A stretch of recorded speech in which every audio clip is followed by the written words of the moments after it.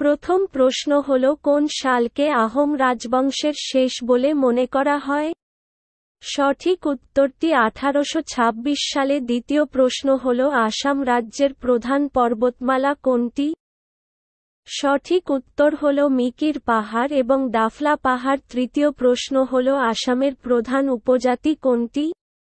সঠিক উত্তর হল চাকমা, ডিমাসা এবং হোজং। চতুর্থ প্রশ্ন হল, আসাম রাজ্যের প্রধান বিমানবন্দরগুলি কি কি?